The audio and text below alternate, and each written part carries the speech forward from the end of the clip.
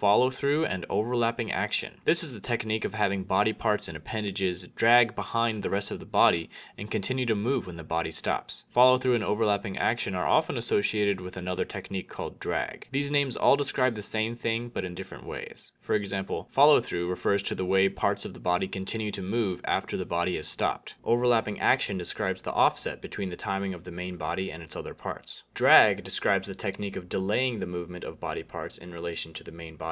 All three of these are basically describing different aspects of the same thing. Follow-through and overlapping action add a great deal of realism to a character. Here's a character with and without follow-through and overlapping action. Basically, when the main body moves, the tip of the appendage should be the last to catch up, and when the body stops, the tip should follow through the farthest before settling back. This is true of not just appendages, but the whole body as well. When coming to a stop, often the body will follow through and then come back. Just as a character needs to anticipate his jump, he also needs to follow through his land.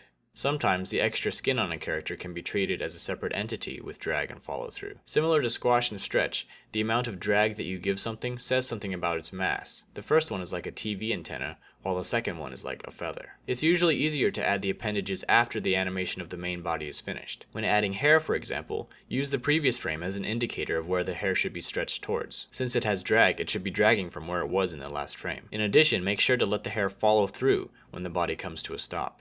Arms are a good place to insert follow-through and overlapping action. Have the elbows lead the arm's actions. The elbow comes first, followed by the forearm, and then the hand. This is true even when walking. The forearms drag slightly behind the elbows, and the hands drag slightly behind the forearms. Overlapping action helps to break up an animation to make it more interesting. If we offset the movement of the arms and legs, the animation appears more graceful. If a character is standing up from the ground, we could offset the top half from the bottom half to make it look less easy and more realistic.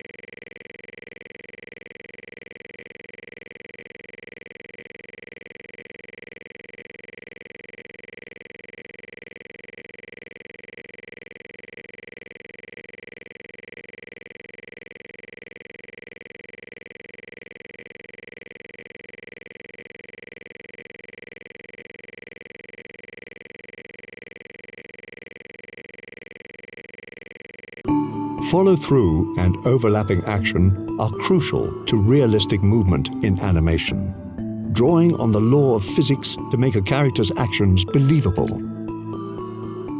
Follow-through refers to appendages on a character which continue to move even after the rest of the character has stopped. In other words, follow-through is a representation of inertia. Something which is moving will continue to do so without resistance. This shot from Aladdin.